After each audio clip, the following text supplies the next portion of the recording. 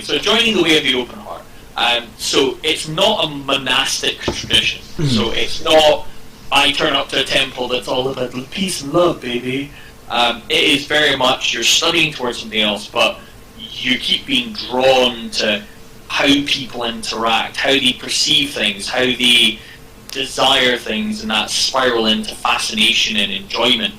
And basically moving to an almost different mentality towards going, yeah, but actually I'm all about how people connect with people, how people connect with objects or art, or have really engaged with the world ways of being.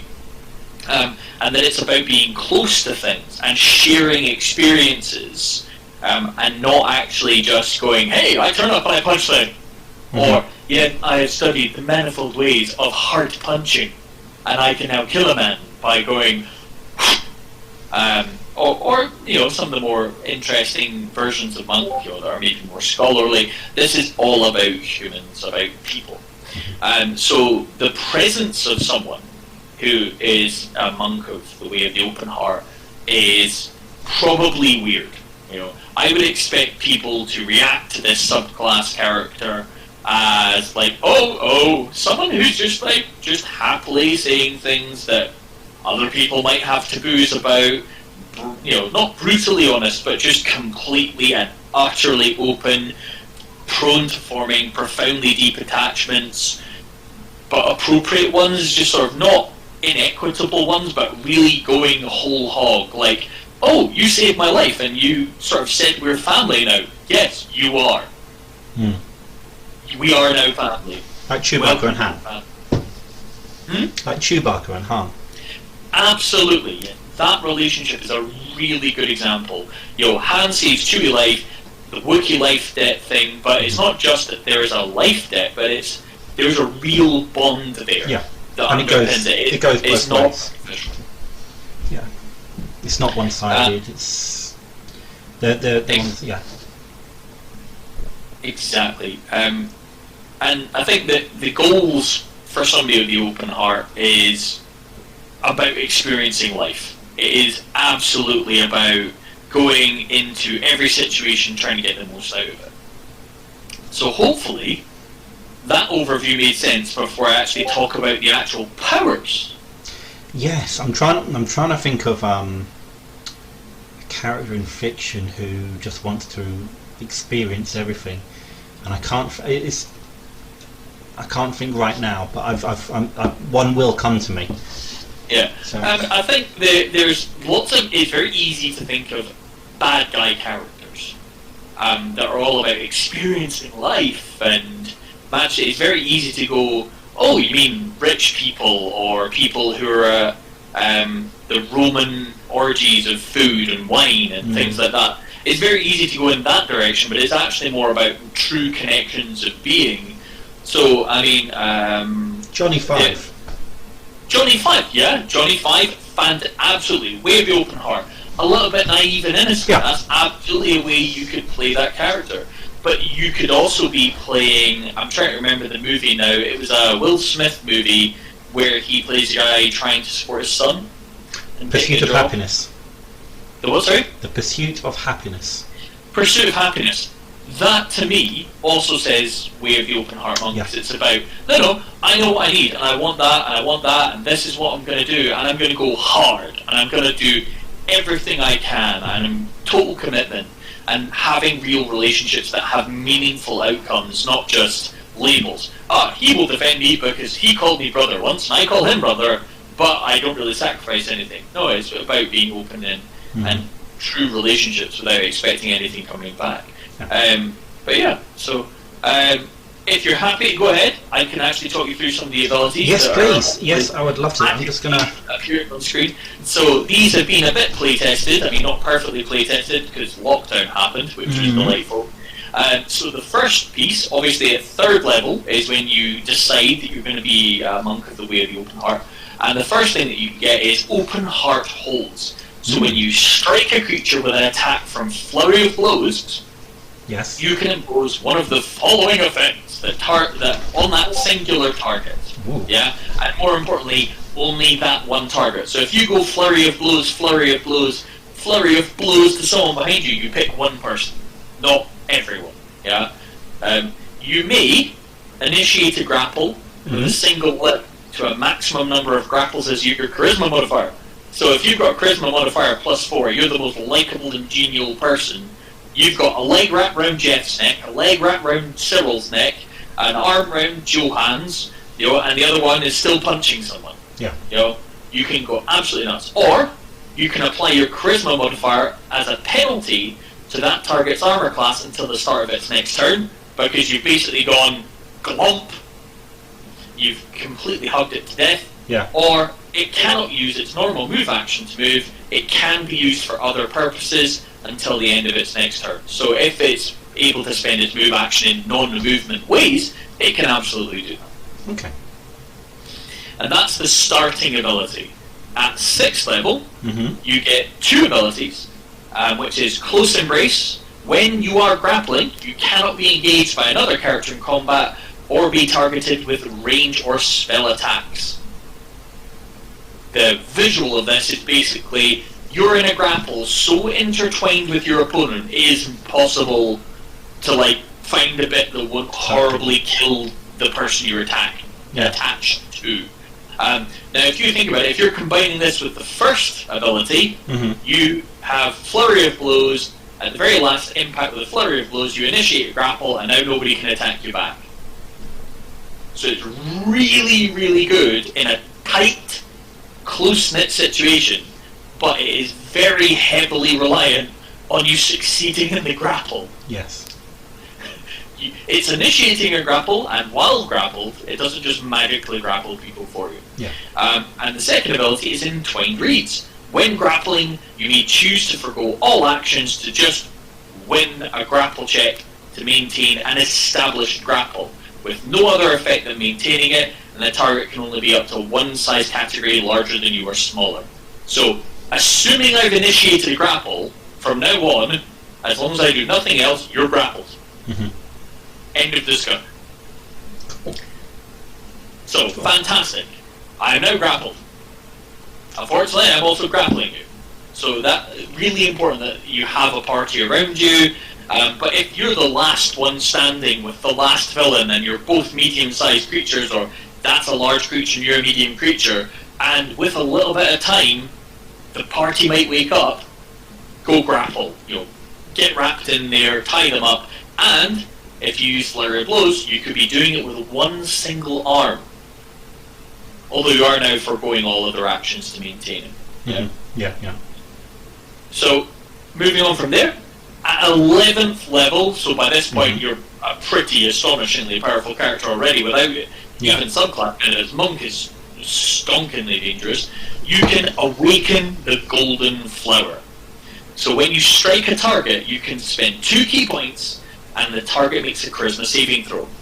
If they fail, their alignment is changed to its good equivalent for 1 hour.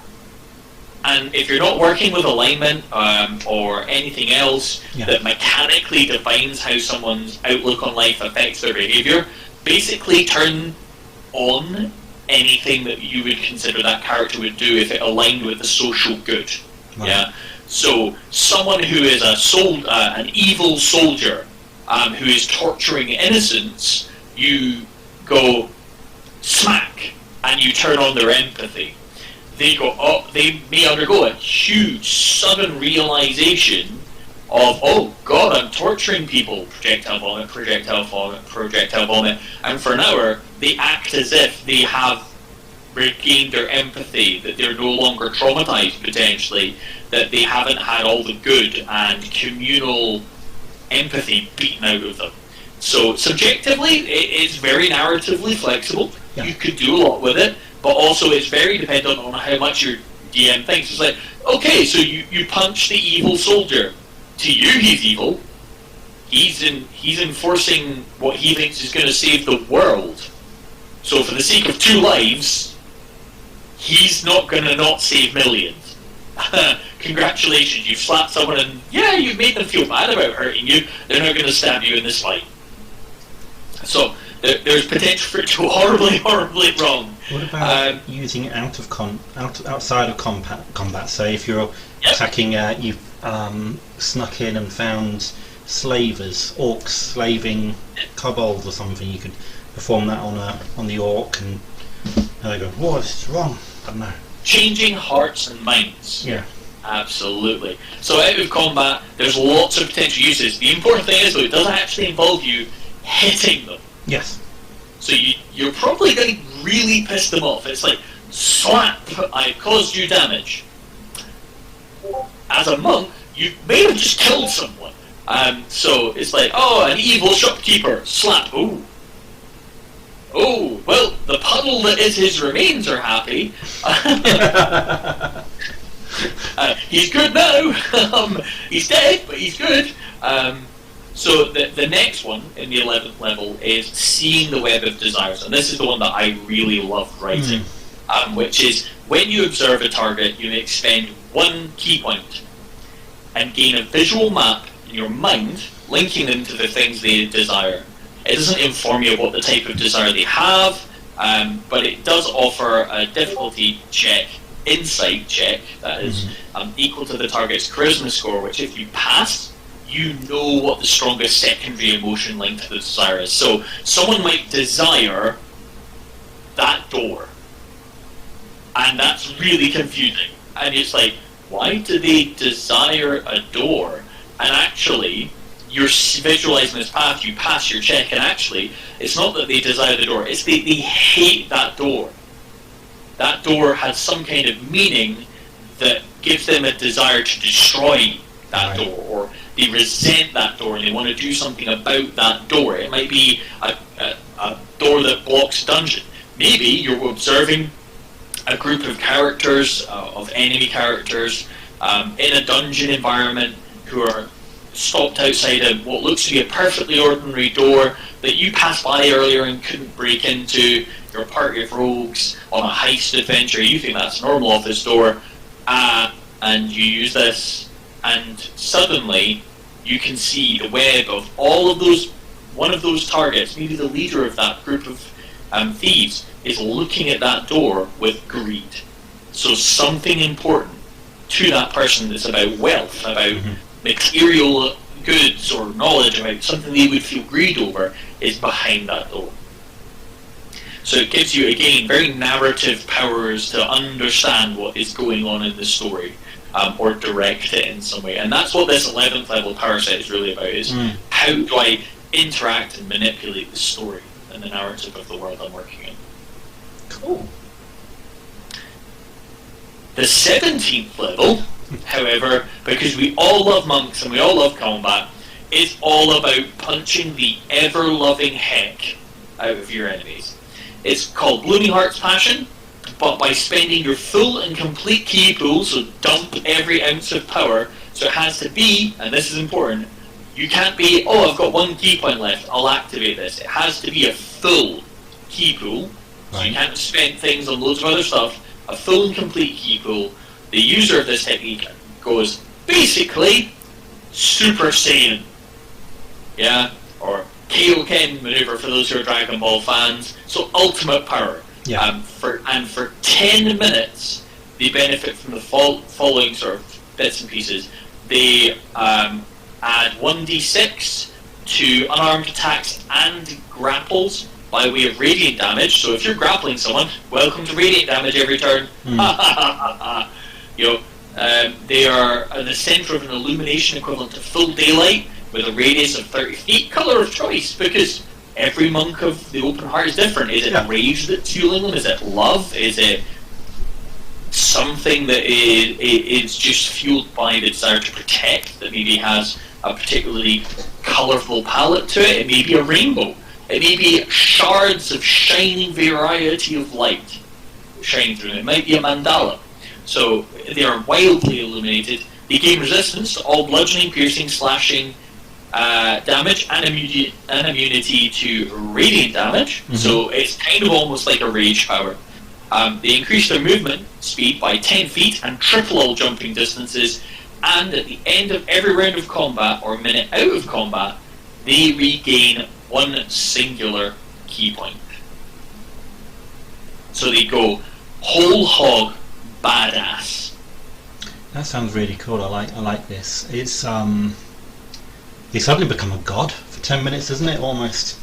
I would say very dangerous, because a lot of the powers that it has, you could gain by, the wizard's going to cast haste on me, and the cleric's going to cast protection on me, and someone's going to cast, and there's actually a spell, if I remember correctly, because I'm sure I've seen it used on the stream, where you are granted radiant damage whenever you do attacks. Yeah, there is. So it's actually like, my party has fallen, don't worry, I'm self-sufficient. Can't do anything else while I'm being self-sufficient, and all my other powers are off, but I can keep us alive for 10 minutes. Which is a long time in combat. Well, exactly, it should easily last the full combat and a little bit besides, but if, and this is important about using intelligent bad guys, DMs watching this are like, that's insane, that's way too powerful. But it's like, your bad guys can leave, unless they can, but it is okay for an army of 10 people, a group of 10 bad guys who have felled the rest of the party, and one monk is left standing, who literally just starts glowing bright red and screams, K.O. Ken! And goes bananas and runs around super fast and punches people unconscious. It's okay to leave. Run away. Come back in 10 minutes. It's just a monk. He ain't gonna resurrect the rest of the party. Take it everything with a pinch of salt. There are tactical ways you can think intelligently. Yeah. A player thinking creatively about how to use any subclass, let alone the ways that I'm doing here, is always going to be a DM who can't be bothered. Yeah. To be perfectly honest. But it is really cool. There is one last ability you get at 20th level, which is called Flower Turns to Seed. And people will notice that my end class abilities that I write tend to be more narrative, or more big play kind of stuff. Mm-hmm. So at 20th level, the wielder of this sacred gift may choose to end their existence. Literally, you're dead, you ain't coming back, you no longer exist, creating their charisma modifier in number, golden seeds. These foot-long seeds glow with energy from the depths of the power connecting all things.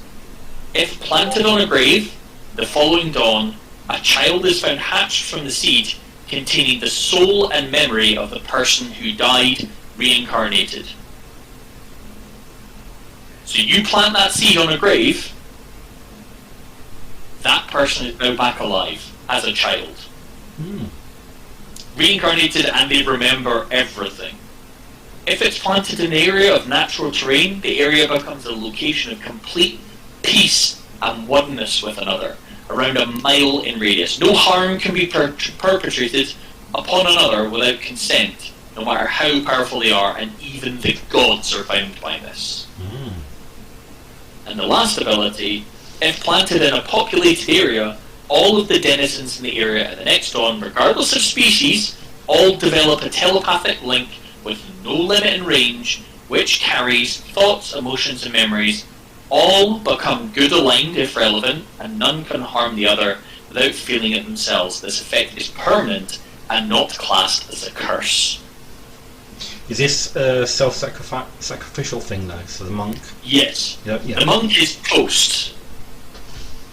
Yeah? Yeah. Unless you had charisma 12, you're not the most likable monk way of the open heart. Maybe you're really wise. You've learned a great deal, even if you've not built great relationships with people.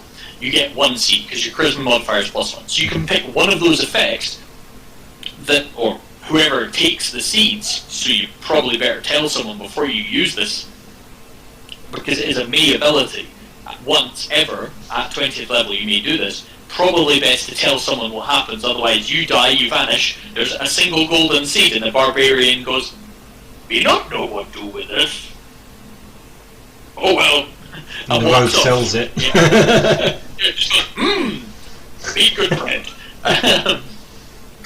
And so if someone knows how to use these once the monk has passed away, if the monk has informed them of their power, they could use it. And to be honest, they could be weaponized really, really nastily. If planted in a populated area, at the next dawn, everyone gets a telepathic link and becomes good. Okay, I invade the evil city.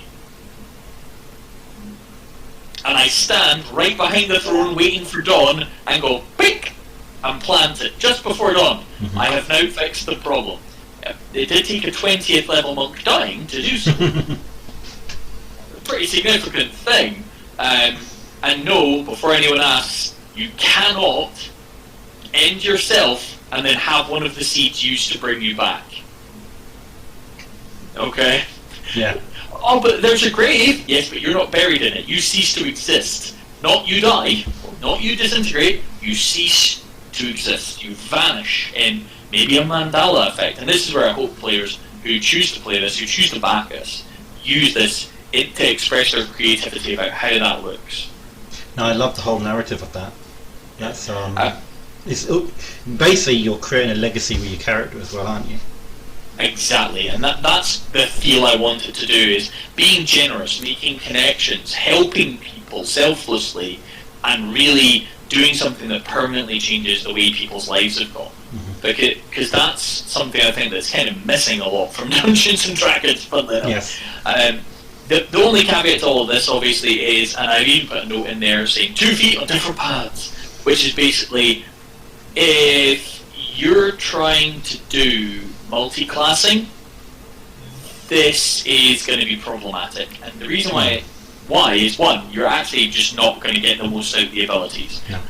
It's much more designed around someone who's like, I'm going monk, monk, monkey, monk, monk, monk. But if somebody does, they can do so, but what I've included is that they should actually suffer, other than somebody who's potentially a druid or a cleric, they actually receive 1 less key point pool than normal, and cannot achieve any of the benefits of 17th level or higher for any reason. And the simple rationale being is, you've not dedicated yourself completely to this life. Yeah. You're dedicating yourself to what's happening afterwards. Yeah. Exactly. Yeah. I mean, you can be the failed rogue who gave that up and decided to change their ways and fall in love with people and experience the world in a genuine and heartfelt way. You're just never going to be able to turn yourself into mystical golden seas that can resurrect the dead. Yeah. You know, I think that's a fair enough trait. I think that's fair enough, yeah. Yeah. Personally, I'm not a massive fan of multi-classing, so I do like that. I do like the dedication. I quite like multi-classing. I can understand why people don't, and I can understand why people do. I really enjoy it mostly because I like creating unconventional combinations, quite frankly. Like my favourite one, many moons ago, such as my Drop Bear Duergar. When Werebears was a class you could take, effectively, you became a shapeshifter, and it was an Underdark Duergar whose racial ability was the ability to size, cast, grow on command on self. So you would change size category up to large, you'd be gigantic, but he was also an expert climber, being a rogue and being very strong. So his main tactic was climb along the ceiling, grow, shapeshift into a werebear, then fall on people.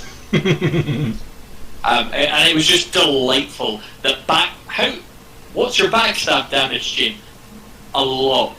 Because I'm a bear falling from 40 feet in the air that weighs about 2 tons, claws, and I'm a rogue. So I'm basically landing on your face. Yeah. It was always good fun.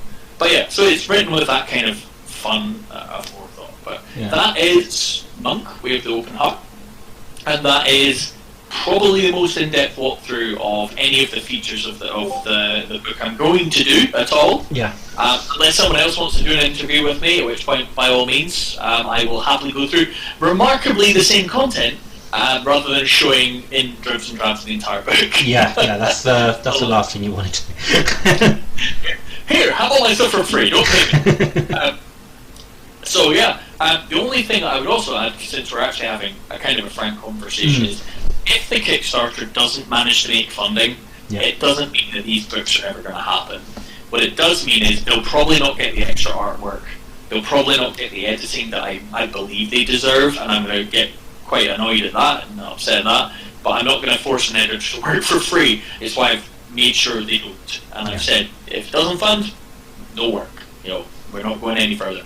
What I might do is self-publish them through RPG, but they will certainly not be as cost-effective as they currently are on the Kickstarter.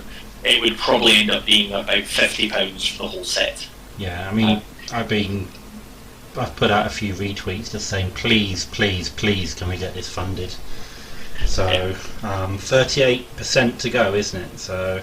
Yeah, 38% to go, so about £400, and there's backer levels there that are £5. And this is an important message for me: is no one should feel that they have to go and back this just because I say so, or you say so, or peer pressure. Especially if it means that it's the difference between going hunger or not. And that's something the D&D community sometimes forgets. It is great to dogpile things and make them happy. I would rather this did not get funded than one person go hungry on my account, or feel like they had to. I mean, if they really, really love it and they want to do that, I can't stop them. Yeah. But I would rather that their mental health and their physical health was looked after first than sacrificing for my sake when I can find other ways of putting this content out there, quite frankly. You know, currently it's being fulfilled by RPG, which I know a lot of people are going to go, but why not it? Why not itch.io? Why not that? And it's like, well, because I have no reviews on there, and I'm not on there yet, and I also have an exclusive publisher piece with RPG, where it's different royalties and things. Yeah. And I have no idea how to switch the account from one type to a different type, so I can, and I've had a look, and I can't find it. So if anybody does actually know how to do that, they can feel free to hit me up on Twitter. If they know how to change an existing publisher account that's dedicated to a non-dedicated publisher account, I will be wildly grateful. That's wonderful. I'm gonna thank you ever so much for sharing that with us. Once again, I have managed to get sneaky peek previews at your stuff, and this makes me happy, as I am the sneakiest of sneaky goblins. Just a little bit, yeah. Just a little bit. Kind of it. Yeah. But no, I just want to bring up the art from Lewis. I absolutely love this. The Minotaur. The build on him is absolutely fantastic. I mean, I've mentioned the Dragonborn as well on one of my previous Monday musings. I think it was 2 weeks ago. But it's the first time I've actually seen the Minotaur. I don't know whether I say that right or not, because I know some people say Minotaur. But, Minotaur is the way of saying it in the UK. So okay, so I'm okay. Yeah. Yeah, Minotaur.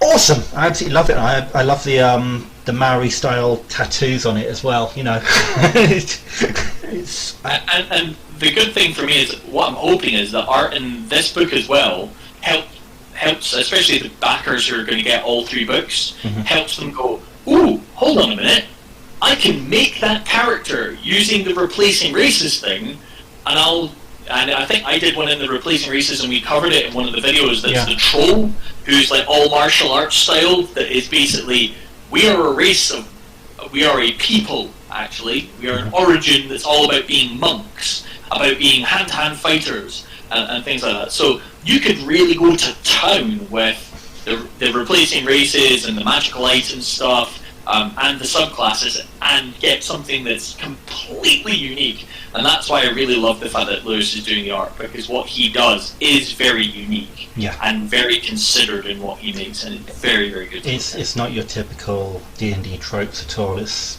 just way out there, and it's fantastic. But yeah, thank you ever so much for being on Geek Curio for the second time. You must have really loved it the first time round. So it's fun. But we have our. I mean, I'm looking forward to the campaign coming out, because like I say, I'm really enjoying the Marvel 666 game that myself, Mad Productions and CA Berlitz are all playing. So I'm really looking forward to the actual To Destroy a Storm campaign eventually. So, but yeah, to the people out there, James's work is absolutely fab. He's going to start blushing now, because I'm going to start going on about how fantastic he is. But trust me, I actually play in one of his games. I have bought 2 of his supplements before. and I really believe in this, so I think you should too. So obviously don't go hungry, but if you have spare $5 or something, I know what I will be spending on. Thank you very much. And thank you very much, Andy, and I'll catch you all later. Yep, cheers James, bye. Bye!